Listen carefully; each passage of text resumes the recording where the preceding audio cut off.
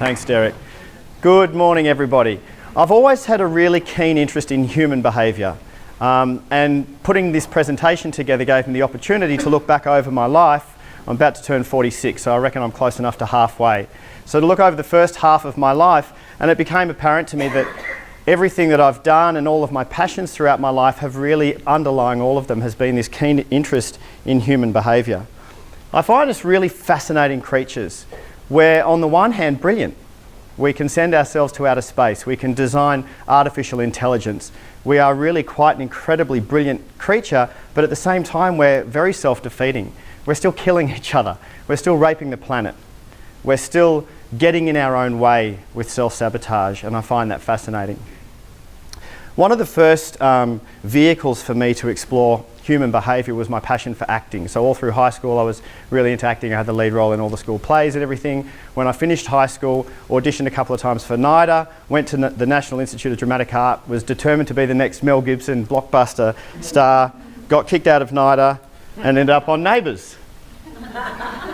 So there I am at the ripe old age of 20, back in early 90s, on Neighbours. The acting thing was concurrent with my passion for travelling. I grew up in quite an international family and travelled a lot, and the bug for travelling grew as the passion for acting diminished, and then travelling took over. So I really, for the most part of my 20s and early 30s, I was either travelling somewhere or saving up enough money to get somewhere. And I found that the places I was really interested in going to were the places that were the most different to where I grew up. I had this real interest in getting to very, very different cultures. And that was really about celebrating the differences. Don't worry, I'm not in that photo, so don't look for me.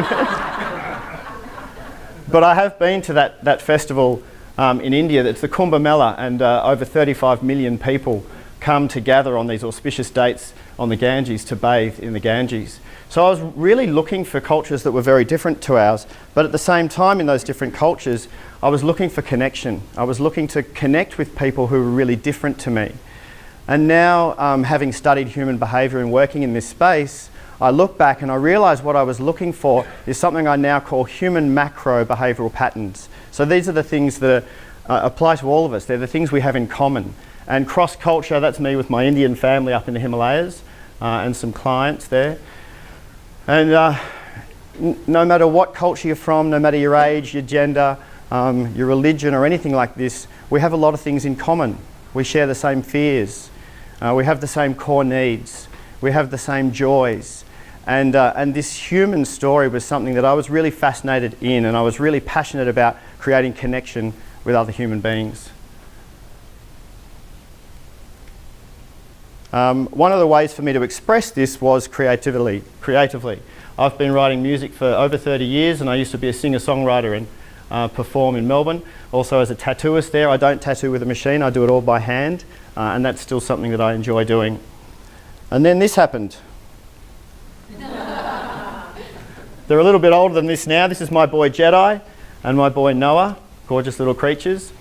So my wife at the time and I were travelling the world. We decided we wanted to have kids, came back to Australia to have kids, and then I realised, wow, I've got to find a way to support these kids. So Dad and his two boys, and had to become a man, and essentially in a nutshell really going from boy to man is taking on responsibility and saying, right, I've got to provide and find something to do. I had no career, no qualifications, no trade. I'd been travelling the world for 10 years, so I got a job in travel. And that started my journey with Flight Centre. I spent 8 years with Flight Centre and enjoyed a lot of success with them. The last 3 years I was in a senior leadership role. I had 150 staff, 15 shops, $100 million business, and lots of stress. And through this, I mean, I learned a lot of stuff which I'm very grateful for, but also through this, I really found myself moving away from my core values. It was a stressful job. I was drinking way too much alcohol, I was working 14 hours a day, I hardly saw my kids, and I wasn't surfing. So then, what happened was this. In my early 40s, I had what I call a midlife awakening. Some people call it a midlife crisis. But it really was a lightning bolt moment for me. And I realised that I was pretending to be happy, but I wasn't happy. And I was masking that. Had this midlife awakening, long story short, realised that one of the core fears that we all share as human beings, and for some of us we move through it, and for some of us it becomes a belief that we're not enough. A lot of us have had that feeling of, what if I'm not good enough? And for a lot of us that becomes a belief. And for me it became a subconscious belief, I'm not good enough. And so I started to manifest that into my outside life. I was sabotaging any success that I had. I was looking for examples to prove to myself that I wasn't good enough. And I woke up and I realised this. Now this was before I'd studied neuro-linguistic programming and the powerful tools on how to change our mind, how to change our brain. And I just did it the rudimentary way. I found some books and I read some books and I went to work on myself. And I literally re-brainwashed myself that I am good enough, like we all are, and that I do deserve happiness and success. And then my life started to change.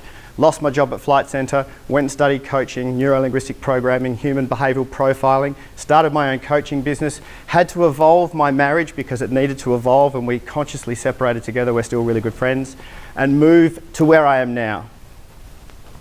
I also got back in touch with my core values. These are my 4 top core values: love, growth, acceptance, and kindness. And 2 of my other core values came out as well. Empowered. By empowered, I mean that for me, it's important to know that I'm responsible for my results. This whole victim mentality of blaming the outside world doesn't work for me. And also contribution and finding a way to contribute. And through this was born my company. And I literally had one of those light bulb moments. In a few minutes, I saw the company, the name, the brand, the program, the idea to take people to the Himalayan mountains, to my family where I go every year, really came to life. And the mission for Leaders in Life is raising the level of human consciousness and awareness. So, 3 components to Leaders in Life. This is the bit where I can help you refer business for me. Bread and butter, one-to-one coaching, mindset coaching, helping you become the driver of your own bus. Quite often we feel like we're out of control. Thank you for 3 minutes to go. Organisations, this is my cream. Mindful and conscious leader training, primarily culture design and implementation. And then my dream referrals are the retreats. So we run retreats in the Himalaya, in Bali, in the Kimberley, and locally as well. This is from the Women's Bali program. We've still got places for this in September. That's the pool area.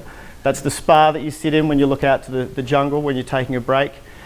This is in the Himalaya where we go. This is my beautiful partner Talia. She co-facilitates with me on our programs. This is another shot of the Bali location.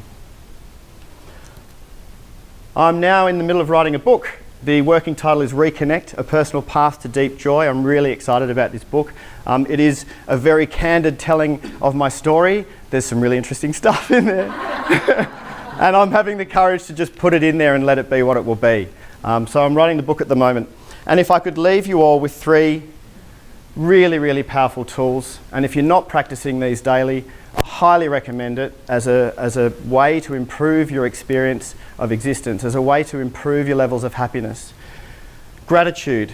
It seems simple, but it's so powerful. And I mean actually practicing it.